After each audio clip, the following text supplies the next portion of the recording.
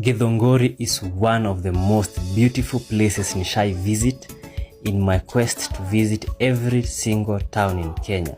So hapa tulikuwa tunaelekea Githongori, tulikuwa tunapitia Ruiru kwa sababu hiyo ndio ilikuanga the most accessible ama easiest way tunaweza pitia ndio tufike Githongori.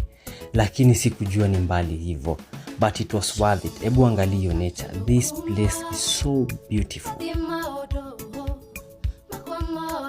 Githongori is located in central Kenya, Kiambu County.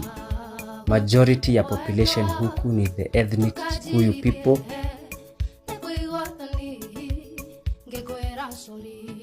Majority of residents in Githongori ni farmers, and Githongori has one of the largest milk processing plants in East Africa in Itangwa Fresha.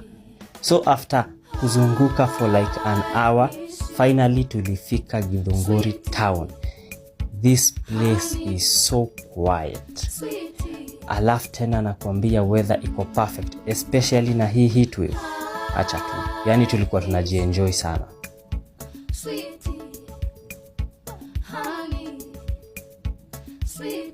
Angalia hapa tulikuwa tushafika Githongori town center. It's so clean, alafu na haina watu. Sometimes si lazima ushindange umekaa Nairobi ama Mombasa ama Kisumu.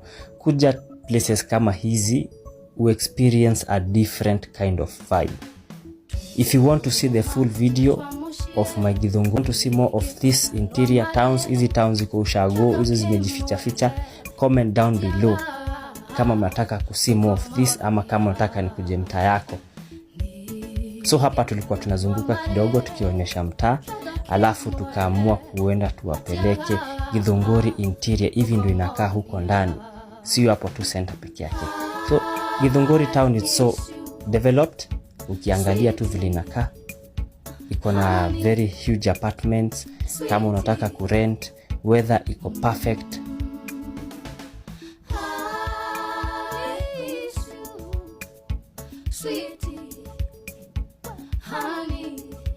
So after kuzunguka for a couple of minutes, tukaamua kwenda mahali pengine.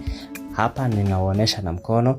Tulikuwa tunaangalia tu view, like Githongori iko na views zingine, acha tu. Kutoka hapo tukasikia njaa, tukasema acha twende tukule kitu kidogo, and we decided to order githeri. Hawezi kuja Githongori, the land of the Kikuyu, uvisit na ukose kukula githeri, haiwezekani. So tuliitisha kamaziwa, alafu msifikirie sikumaliza, ilikuwa tamu sana nikamaliza, alafu nikaamua kuteremsha na kamaembe.